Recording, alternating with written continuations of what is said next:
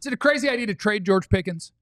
Okay, I'm going to start there. Now I'm going to read the Super Chats and we'll come back to you. For me, it's not crazy. If you're not truly going to compete to sign him, then go and get more back for Pickens that you're going to get than the third round comp pick you're going to get when he walks away. That has to be the realistic situation. And this is the time where and the Steven and Jerry and company in the front office, they said this over and over again that we don't really pick up the phone, right? So now would be a good time to them to break that rule and call David Malugetta and just ask the question. Mugoletta, if for some reason we wanted to open up negotiations right now, ballpark, what would those numbers for you guys look like? What you thinking? What you thinking, right? Because and he'd be like, about $32 million. Because we like what we have here in GP. We think he could be a part of our future. Our head coach likes him. Our quarterback likes him. He fits well in the locker room. I don't know what they were talking about in Pittsburgh, but he seems to be a good guy. Just opening up casual conversation, Mugoletta. What would that number look like? And then if they say a number that you go, okay, because a good negotiator says the highest number first. Yeah. Right? So 35. So Mugoletta might say 33. And they'll go, a little too much. I say 34.499 or 30, whatever puts him $1 below CD. Yes. Right? I don't want to hurt CD. We'll take $1 less. So they'll go, we was thinking more. And then they'll give their number. And they'll say 27, 28. Right? And then David might go, we're far off. Yeah. We hang up the phone. We'll circle back. But now I have in my mind a conversation started in a starting point of where this thing might go. Now, if David says 34, that's not holding true.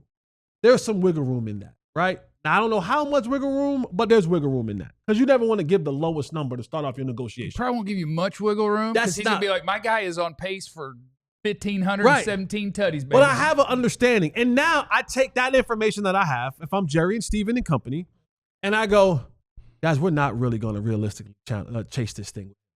Like, we're just not. Like, right. This is too rich, especially if he continues at this pace. And nothing says outside of, and this is me knocking on wood, an injury to our quarterback that's going to stop him or this offense from going at that particular pace. Because they've already seen what it looks like without offensive linemen. They've already seen what it looks like without the number one wide receiver. And it hasn't stopped being incredible just yet. So unless you lose the quarterback, that's the only thing that seems to like it's going to derail this offense.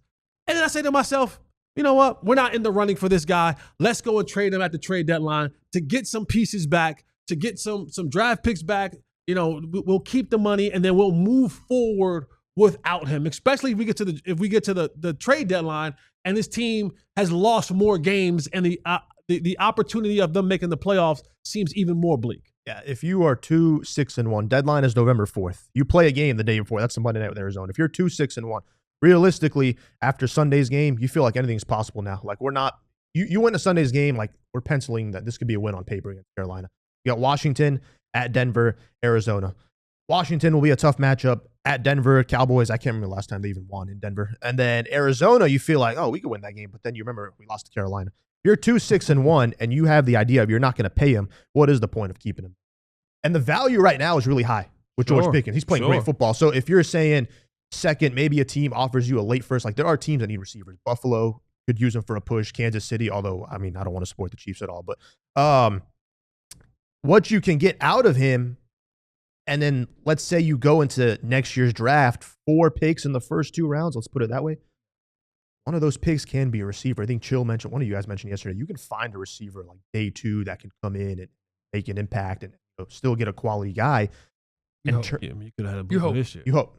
Yeah, you could have one. Tolbert was a 3. Gallup was a 3. Sometimes you hit it. Sometimes you don't. Sometimes you do. But that's more that you can swing towards fixing the defense because that is the problem. And so you got to ask yourself, is it worth keeping him and paying this much money knowing that we're struggling so bad on the other side of the ball? We could use those assets to help that side of the ball.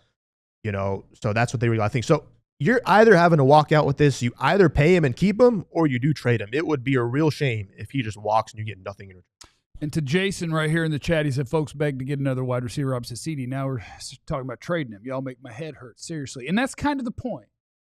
Because I agree, in theory and in vacuum, George Pickens has been great.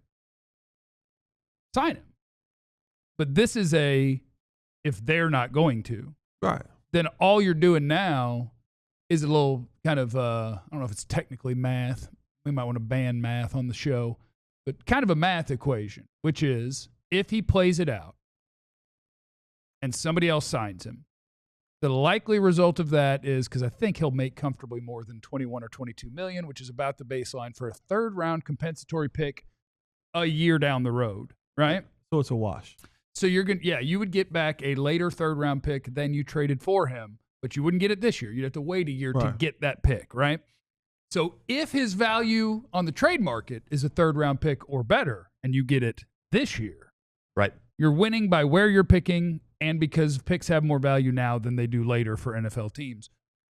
So it is a win. It just comes down to if you're not going to give him a long-term contract.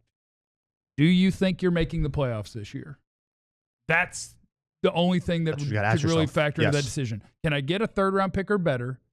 Do I think I'm making the playoffs? Because if you think you're making the playoffs, you play. You play, yes, absolutely. If he continues, he's already at almost 600 yards now, right?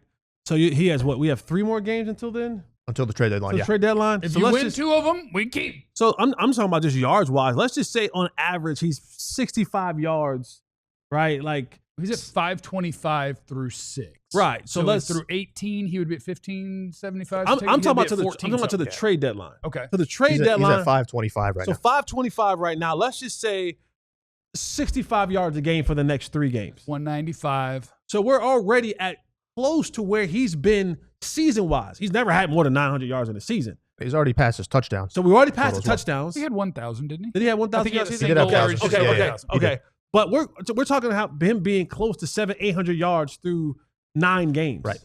Right? And that's high value right now. And we'll say that he'll probably have 2 more touchdowns in that time frame. So that'll be taking him to where?